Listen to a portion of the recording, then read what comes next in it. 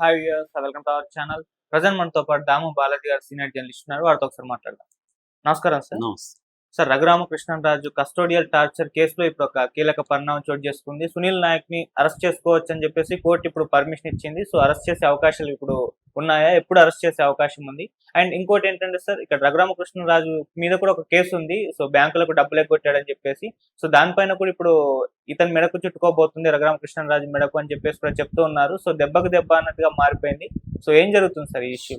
అంటే ఈ ప్రభుత్వం వచ్చినప్పటి నుంచి కూడా ఇటు రాజకీయ నాయకుల మీద, ఇటు గతంలో జగన్ ప్రభుత్వంలో రెచ్చిపోయి తెలుగుదేశం కేడర్ మీద, నాయకుల మీద, బాగా రెచ్చిపోయిన పోలీస్ ఆఫీసర్ల మీద, ఇతర బ్యూరోక్రాట్స్ మీద కూడా కేసులు పెట్టడం, వాళ్ళని కూడా జైలుకి పంపడం అనేది జరుగుతుంది. ఇప్పటి వరకు ఎప్పుడు కూడా ఈ స్థాయి ఆఫీసర్లను జైల్లో పెట్టిన పరిస్థితులు లేవు. ఒక డీజీ స్థాయి ఆఫీసర్లను కూడా, పిఎస్ఆర్ ఆంజనేయులు లాంటి వాళ్ళని కూడా జైల్లో పెట్టగలిగారు. సో అది జరుగుతున్నప్పుడు ఏమవుతుందంటే ఐఏఎస్ ఐపీఎస్ అధికారులు కూడా తిరుగుబాటు మొదలైనట్టు కనబడుతుంది. ఎందుకంటే వాళ్ళు ఏ ప్రభుత్వాలు ఉన్నా ప్రభుత్వాల మాట వినాల్సిన పరిస్థితి ఏర్పడుతుంది.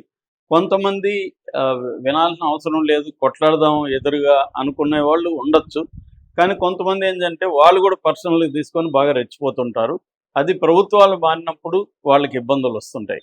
అలాగా గతంలో కూడా ఏబి వెంకటేశ్వరరావుని జగన్ చాలా ఇబ్బంది పెట్టాడు. అలాగే ఇప్పుడు కూడా వీళ్ళు సునీల్ కుమార్ అండ్ సునీల్ నాయక్, వీళ్ళిద్దరు, సునీల్ కుమార్ ఏమో ఎస్సీ, సునీల్ నాయక్ ఏమో ఎస్టీ.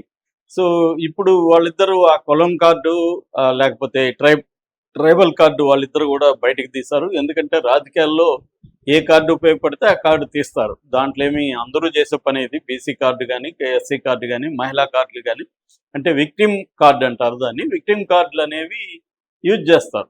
ఎందుకంటే వాళ్ళ దగ్గర ఉన్న ఏ ఆయుధాలు ఉంటే ఆయుధాలు యూజ్ చేస్తారు. అది నువ్వు మాత్రం యూజ్ చేయొచ్చు, నేను మాత్రం యూజ్ చేయొచ్చు, నువ్వు యూజ్ చేయకూడదు అనేది వేస్ట్ డిస్కషన్. అందరూ యూజ్ చేస్తారు. అలాగే వాళ్ళిద్దరు కూడా ఇప్పుడు యూజ్ చేయడం మొదలుపెట్టారు. ఈ నేపథ్యంలో సడన్గా ఇప్పుడు సునీల్ నాయక్ విషయం ఇంతకాలం లేనిది. ఇది జూలైలో కేసు పెట్టారు, 2024 జూలైలో. ఇవాళ 2 ఏళ్ళు దాదాపు అవుతుంది. ఇప్పుడు ఎందుకు మళ్ళీ సునీల్ నాయక్ రంగంలోకి వచ్చాడు అనేది మామూలుగా ఏంటంటే ప్రభుత్వాలు కొన్ని కేసుల్ని అలా కోల్డ్ స్టోరేజ్ నుంచి అవసరమైనప్పుడు బయటికి తీస్తుంటాయి. డైవర్షన్ పాలిటిక్స్ కావచ్చు, ఇంకోటి కావచ్చు. అట్లా వైసీపీ వాళ్ళు ఆరోపిస్తుండేది ఏమంటే ఇప్పుడు లడ్డు దాన్ని అంటే హెరిటేజ్ మీదకి దీని మీదకి వెళ్ళింది కాబట్టి దాన్ని ఆపడం, డైవర్ట్ చేయడం కోసం మళ్ళీ రఘురామకృష్ణరాజు కేసు తీసుకొచ్చారు అనేది వాళ్ళ ఆరోపణ. ఇది అన్ని ప్రభుత్వాలు చేస్తుంటాయి. అవసరమైనప్పుడు ఇక్కడ కూడా మన రేవంత్ రెడ్డి చూస్తే అవసరమైనప్పుడు సడన్గా ఫోన్ ట్యాపింగ్ కేసు బయటకు వస్తూ ఉంటుంది. సో అలాగా అన్ని ప్రభుత్వాలు తమకు అవసరమైనప్పుడు పాత కేసులను మళ్ళీ బయటికి తీసుకురావడం, దాని చుట్టూ ఒక మీడియా హైప్ క్రియేట్ చేయడం చేస్తుంటారు. అలాగా ఇప్పుడు సునీల్ నాయక్ని అరెస్ట్ చేయడానికి వీళ్ళు ఎస్పీ దామోదర్ ఆధ్వర్యంలో ఒక టీం వెళ్ళింది బీహార్కి, పాట్నాకి. కానీ అక్కడ వీళ్ళకి చుక్కెదురైంది. ఎందుకంటే అక్కడ అతను ఐజీగా ఉంటున్నాడు ఫైర్ డిపార్ట్మెంట్కి. సో అక్కడ పోలీసులు కూడా దాన్ని సీరియస్గా తీసుకున్నారు. ఆంధ్ర పోలీసులు వచ్చి మన ఐజీ స్థాయి అధికారిని ఎట్లా ఎత్తుకుపోతారు అంటే వీళ్ళు గోడ దూకి వెళ్ళారని వీళ్ళ మీద ఆరోపణలు ఉన్నాయి. సో బలవంతంగా ఎలా ఎత్తుకుపోతారని వాళ్ళు కూడా 500-600 మంది పోలీసుల్ని కోర్టు బయట మోహరించారు.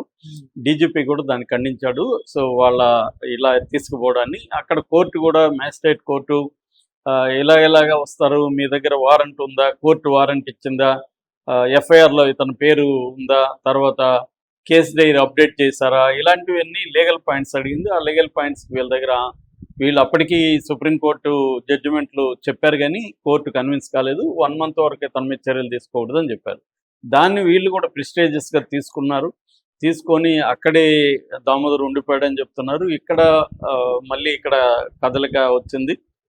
వచ్చి ఇక్కడ సిట్ అధికారులు గుంటూరు మొబైల్ కోర్టులో పిటిషన్ వేశారు. ఇతను అబ్స్కాండ్ అవుతున్నాడు, మా విచారణకు రావట్లేదు కాబట్టి కస్టడీలకు తీసుకొని మేము విచారించాల్సిన అవసరం ఉంది అనేది వీళ్ళేశారు. దాంతో అతను కూడా అంటే ఇక్కడ ప్రతి కేసులో 2 యాంగిల్స్ ఉంటాయి. ఒకటి లీగల్ యాంగిల్, 2 పబ్లిక్ యాంగిల్. అంటే పబ్లిక్ పర్సెప్షన్లో, ఆప్టిక్స్ అంటారు దాన్ని, పబ్లిక్ పర్సెప్షన్ని ఎలా ఇన్ఫ్లుయెన్స్ చేయాలి అనేది ప్రధానంగా ఉంటుంది. ఏ పొలిటికల్ పార్టీలు ఇన్వాల్వ్ అయిన కేసులైనా కూడా ప్రధానమైన ప్రాధాన్యత దేనికి ఇస్తారంటే పబ్లిక్ పర్సెప్షన్కే ఇస్తారు. లీగల్ అనేది సెకండరీ. వాళ్ళకి తెలిసి చాలా కేసుల్లో లీగల్గా ఏమీ జరగదు. కానీ దాన్ని ఉపయోగించుకొని పబ్లిక్ పర్సెప్షన్లో ప్రత్యర్థులను ఇబ్బంది పెట్టడానికి ఇరు వర్గాలు ట్రై చేసుకుంటుంటాయి. అలాగే ఈ కేసు కూడా నిజానికి తను కొట్టారా లేదనేది ఇప్పుడు ఎలాగ కన్ఫర్మ్ అయ్యేది? అప్పుడు ఇతనికి సర్టిఫికేట్ ఇచ్చిన Guntur government hospital superintendent Prabhavathi తనకు కొట్టలేదని ఇచ్చేశారు. తర్వాత ఇక్కడ రైల్వే హాస్పిటల్కి పంపించారు. అక్కడ కూడా ఏదో చిన్న కాలు బొట్టనేలు ఇరిగిందని దానికి దీనికి సంబంధం అనేది ఎలా నిరూపిస్తారు? కాబట్టి కస్టోడియల్ టార్చర్ అనేది బేసిక్గా 2 రకాలుగా ఉంటుంది. ఒకటి పోలీసు లాకపుల్లో కొట్టడం, 2 జైళ్ళల్లో ఖైదీలను కొట్టడం. నిజానికి జైళ్ళల్లో ఖైదీలను కొట్టడమే కేసులు ఎక్కువ. పోలీసు లాకపుల్లో కూడా కొడుతున్నారు. ఈ మధ్య కొంత తగ్గింది గతంతో పోలిస్తే. మేము పౌరకుల సంఘంలో పనిచేసేటప్పుడు 90s విపరీతంగా కొట్టేవాళ్ళు. మేము అనేక కేసులు నేను ప్రత్యక్షంగా చూశాను. వాళ్ళు పోలీస్ దెబ్బలు అంటారు. బ్లడ్ రాదు కానీ నల్లగా కదుములుగా అయిపోయి ఉంటుంది బాడీ అంతా. అలా కొట్టగలరు వాళ్ళు. దీని మీద జేబీఎం సినిమా కూడా తీశారు. అలాగా ఈయన కొట్టుండ్రా అంటే కొట్టుండే అవకాశాలు ఎక్కువ. రఘురామకృష్ణరాజు మీద చాలా సివియర్ కోపం ఉంది కాబట్టి జగన్కి కొట్టించుండొచ్చు. సో కానీ దాన్ని ఎలా ప్రూవ్ చేస్తారనేది ఇబ్బంది. చాలా మంది ఖైదీలు తమను కొట్టారని కోర్టులో చెప్పినా కూడా దాన్ని ఏం ప్రూవ్ కావు. అందుకనే ప్రూవ్ కావు ఏం కాదు కాబట్టి పోలీసులు కొడతారు. ఇప్పటికి కూడా ఎందుకు కొడతారంటే ఏమి ప్రూవ్ కాదు, మనకేమి నష్టమేం లేదు, కొడదామనేది పద్ధతిలోనే ఇప్పటికి కూడా లాకప్పులు కొట్టడం అనేది జరుగుతుంది. సో ఈ నేపథ్యంలో ఇప్పుడు రఘురామకృష్ణరాజు కేసు ప్రూవ్ అయ్యే అవకాశాలు చాలా తక్కువ. కానీ దాన్ని ఉపయోగించుకొని జగన్ని లేకపోతే అప్పుడు ఉన్న అధికారుల్ని పబ్లిక్లో బదనాం చేయడానికి తెలుగుదేశం కూటమి ప్రభుత్వం ట్రై చేస్తుంది. దాన్ని ఎదుర్కోవడానికి వాళ్ళు ట్రై చేస్తారు. ఈ గొడవ జరుగుతుంది. ఇప్పుడు ఒక లీగల్ ఇష్యూ ఏంటంటే అక్కడ పాట్నా మేజిస్ట్రేట్ ఏమో 1 month వరకు ఇతని మీద చర్య తీసుకోవద్దు అన్నాడు. ఇక్కడ గుంటూరు కోర్టు ఏమో అతను అరెస్ట్ చేయండి అని అరెస్ట్ వారెంట్ ఇష్యూ చేసింది. మరి ఇది లీగల్గా ఆల్రెడీ సునీల్ నాయక్ హైకోర్టులో యాంటిసిపేటరీ బెయిల్ వేశాడు. సో ఉన్నప్పుడు మరి సునీల్ నాయక్ని బలవంతంగా తెస్తారా? అక్కడ పోలీసులు కోఆపరేట్ చేస్తారు. వాళ్ళు ఏమంటారు, అక్కడ మేజిస్ట్రేట్ ఆర్డర్ ప్రకారం నువ్వు 1 month అరెస్ట్ చేయడానికి వీల్లేదు మా ఐజీని అని వాళ్ళు అంటారు. సో ఇది ఇంటర్ స్టేట్ గొడవలుగా కూడా మారిపోయే అవకాశం ఉంది. వీళ్ళు ఎందుకు అంత పట్టుదలగా ఇప్పటికిప్పుడే నేను ఆగచ్చు కదా సునీల్ నాయక్ని, ఇన్ని రోజులు ఇది ఎప్పుడుదో 2021లో జరిగింది అనేది విమర్శలు ఇక్కడ వస్తున్నాయి. మరి ఏం జరుగుతుంది అనేది చూడాలి ఈ యాంగిల్లో. రెండో యాంగిల్ ఏంటంటే దీనికి కౌంటర్గా సునీల్ నాయక్ ఆల్రెడీ ఆయన ఒక ట్వీట్ చేశాడు. నేను ఎస్టీ అధికారిని, ట్రైబల్ని, నన్ను వేధించడానికి ఎలా చేస్తున్నారు, నిజానికి రఘురామకృష్ణరాజు నన్ను ఫోన్లు చేసి బెదిరించాడు, నువ్వు జగన్ పేరు చెప్పు, సునీల్ కుమార్ పేరు చెప్పు, లేకపోతే నువ్వు కూడా నిందితుడిగా అయిపోతావు, లేకపోతే నువ్వు సాక్షిగా మాత్రం ఉంటావు అని బెదిరించాడు. నేను ఆ బెదిరింపులకు లొంగలేదు, ఆయన కాల్ రికార్డ్ చూస్తే బెదిరింపులు కాల్సి ఉంటాయి అనేది సునీల్ నాయక్ గారు. ఇది పెద్ద ఆరోపణ. రెండవది అతను హైకోర్టులో కూడా యాంటిసిపేటరీ బెయిల్ కేసాడు.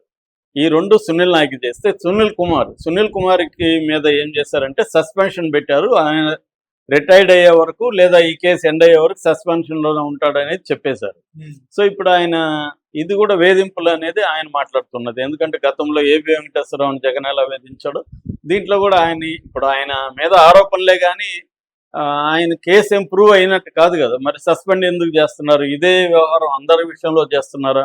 మొన్న సాక్షాత్తు సిఎస్ని అరెస్ట్ చేస్తానని ఆంధ్రప్రదేశ్ హైకోర్టు వార్నింగ్ ఇచ్చింది చీఫ్ సెక్రటరీని. ఎందుకంటే కోర్టు ధిక్కారానికి పాల్పడ్డాడు, కోర్టు ఇచ్చిన ఉత్తర్వులను అమలు చేయలేదు సిఎస్ అని. కాబట్టి అటువంటి వాతావరణంలో ఒక ఎస్సీ సంబంధించిన ఆఫీసర్ని ఎందుకు ఇలా వేధిస్తున్నారనేది ఆయన అడుగుతున్నాడు. దాంతోపాటు రఘురామకృష్ణరాజు వివిధ బ్యాంకులకి అంటే రఘురామకృష్ణరాజు అంటే ఆయన కంపెనీలు వివిధ బ్యాంకులకి దాదాపు 1,000 కోట్ల పైన డబ్బులు ఎగ్గొట్టారు. ఆ కేసులో ఆయన బెయిల్ మీద ఉన్నాడు, సిబిఐ కేసు నడుస్తుంది. సో ఆ బెయిల్ రద్దు చేయాలి, అరెస్ట్ చేయాలి, లేకపోతే బయట ఉంటే ఆయన సాక్షులను బెదిరిస్తున్నాడు, ఆల్రెడీ సునీల్ నాయక్ని బెదిరించాడు ఆయన అనేది సిబిఐకి ఆయన లెటర్ రాశాడు. మరి సిబిఐ ఎలా రియాక్ట్ అవుతుంది అనేది చూడాలి. అంటే ఇది రాను ఏం మారుతుందంటే ఇంకా వాళ్ళు కూడా స్టార్ట్ చేశారు. సో ఇది ఏ స్థాయిలో ఎవరిది పై చేయి అవుతుంది, రఘురామకృష్ణరాజు కూడా ఇది ఇబ్బందికరంగా మారుతుందా?